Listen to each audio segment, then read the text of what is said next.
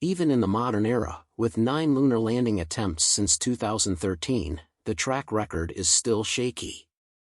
Before India's success Wednesday, missions by China, India, Israel, Japan and Russia were 3 for 8 in the past decade.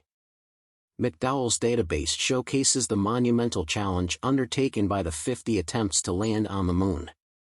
India chalked up its first W against gravity on Wednesday, after the country's Chandrayaan-3 spacecraft safely landed on the lunar surface.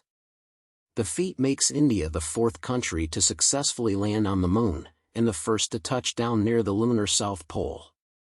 They should feel very proud of this accomplishment, Jim Bridenstine, who led NASA as administrator from 2018 to 2021, told CNBC.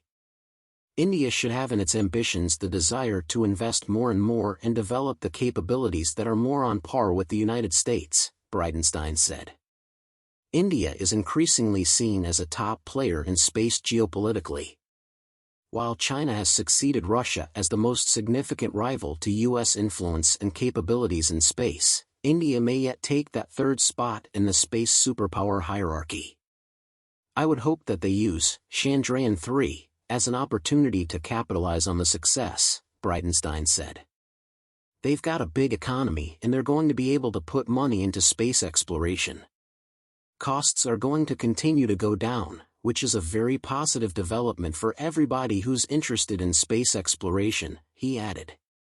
And costs to get to the moon are going to go down, especially as we have more and more companies doing more and more missions.